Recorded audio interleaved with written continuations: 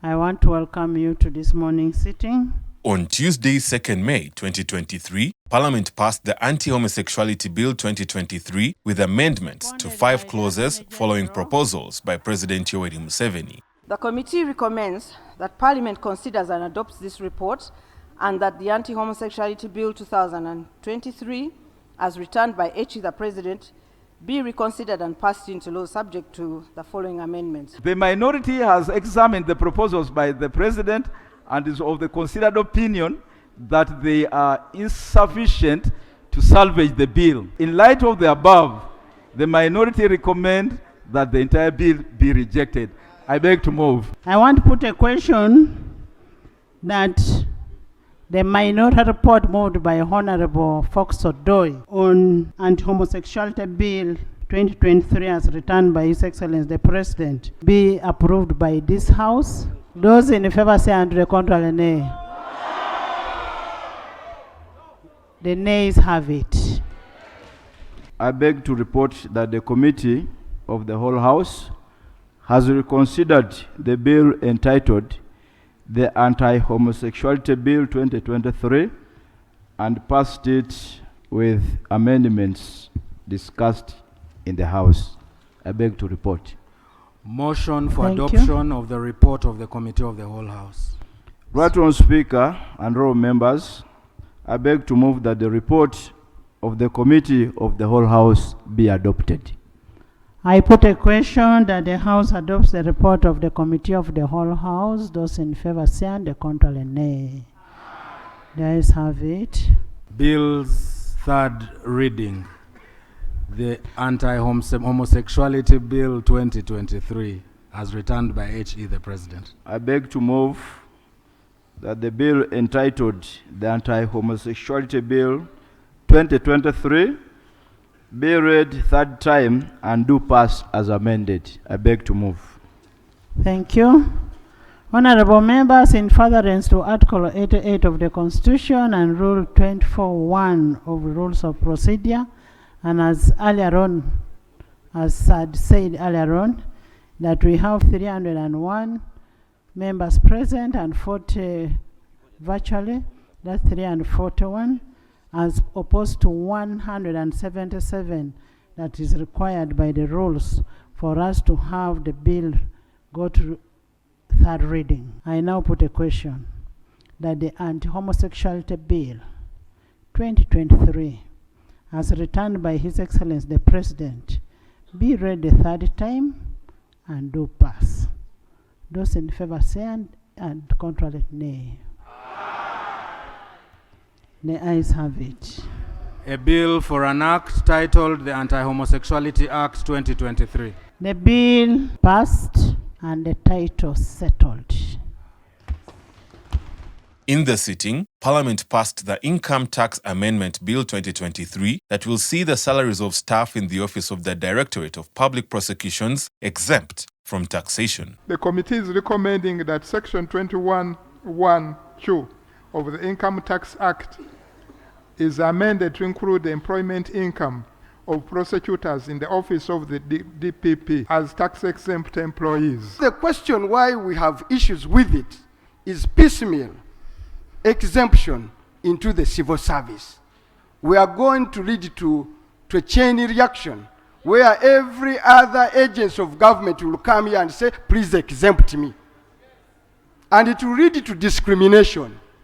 On Wednesday, 3rd May 2023, the Speaker, Anita Among, tasked government to bring errant resident district commissioners to book and report to the House on the action taken. What is important is mutual respect for each other. All your RDCs who are defiant must be brought to book. And we want a report in this House on which RDCs you have brought to book. In Mityana, the RDC said he was deployed to ensure that Joyce Bagala is removed. I am thinking that if you want to remove Bagala, you wait for 2026. Not now, when I am still a member of parliament. It's as if the RDC would somehow accept, and then he asks me to wait. She calls some people. Then she comes back with a report. No, they have refused me. So there is some invisible hand which we needed the head of all RDCs to tell us here. The function was postponed with the report the RCC gave, that is Peter Peck's Park, on hearing that the chief guest of the day is Honorable Cecilia Ogwal. And he is on record saying he will never, as long as is the RCC of Soroti City, he will never allow an opposition member to preside over a national function. All the officers who were involved in the brutality, all the officers who were involved in the brutality must be brought to book and a report be given to this house. All members of parliament, when you have an activity, it's just out of courtesy that you should inform, not by law. You should inform police that you're going to have this activity. Investigations have been instituted into the Kampala incident, which occurred last week. This will include reviewing the CCTV footage in order to take advantage of appropriate action. Let us not demonize the security agencies. Once identified, errant security officers will always be handled appropriately. During the sitting, the Speaker, Anita Among, urged governments to deploy intern doctors to improve healthcare services in the country. The interns who have been out there for over a year, these interns need to be deployed. And you know very well that without deploying the interns, they cannot practice anywhere. They need to get a certificate of practice in internship for them to be able to do their own things. Maybe they will even do their personal things, but they need to have a certificate. So you need to ensure that you make a follow-up on the issue of the interns and ensure that the health sector is fully catered for. We have over 2,000 interns who are undeployed. Some have been on Katebe for over a year. And these are medical students or doctors who have finished medical school transitioning to full practitioners. The Minister of Finance yesterday said that he's going to release the money for the SHOs and interns, but also didn't give us a timeline. So I would like to request that through your chair, you instruct the committee which date they should bring the report for debate here. And second, the Minister of Finance should be specific on when he's going to release the money for the interns. The Speaker also called on media owners to ensure that journalists and media workers are paid their hard-earned salaries as the world celebrates the World Press Freedom Day. We also want to urge the private sector that much as these people work for you, you should be able to always pay them in time. I have got a lot of complaints from most of the people who work for radios, TVs, and that kind of thing. They've spent over a year without being paid. So the private sector should be able to ensure that they are paid in time. They have families, they have homes, they have children that they cater for. So these people need to be paid for them to work effectively and do better reporting. On Thursday, 4th May 2023, Parliament tasked the Committees of Physical Infrastructure and National Economy to review a proposal by government to borrow 852 billion shillings to rehabilitate the Kampala-Malaba meter gauge railway. I want to update the House that this particular loan proposal was actually approved. What we are having now is a favorable adjustment in the loan with a grant element that was not there before. So given that adjustment, we have to come back to you with a motion since the loan was approved already. So instead of laying, I would beg that I move a motion for a resolution of Parliament to reconsider the proposal to do the necessary adjustments.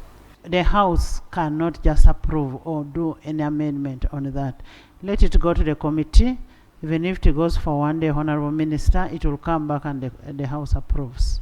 Legislators approved a tax on diapers and rejected a proposal to exempt payment of taxes on adult diapers during consideration of the Value-Added Tax Amendment Bill 2023. The Minister of Finance informed the committee that exempting diapers under the second schedule was for medical reasons, targeting the elderly.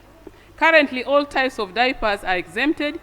The ministry added that the proposed change in the law aims to clarify that it is adult diapers that are treated as medical goods, but not all diapers. If VAT is to be waived on diapers on medical grounds, all age brackets should qualify, because all persons are susceptible to sickness regardless of age or status in life. If we are to tax, let's tax everyone. If we are to exempt, let's exempt everyone.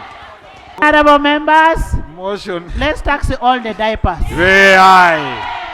Parliament rejected the proposal to expand excise duty to cover digital financial services, despite the Finance Committee's recommendation to include excise duty on withdrawals made through financial technology services. The committee recommends that the Principal Act be amended to include excise duty on withdrawal of cash through financial technology services providing through digital and online technologies at a rate of 0.5% of the value of the transaction. Did you interact with the regulator, with the Bankers Association?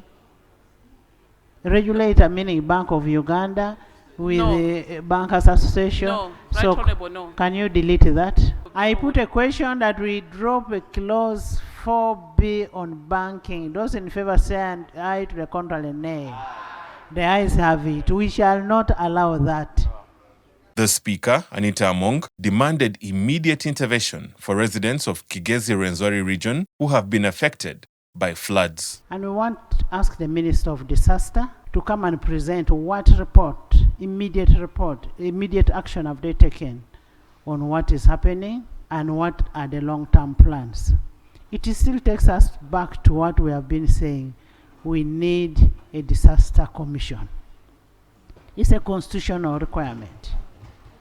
But nobody has ever bothered to do this. Upon receiving this information, we have involved the Office of the Prime Minister.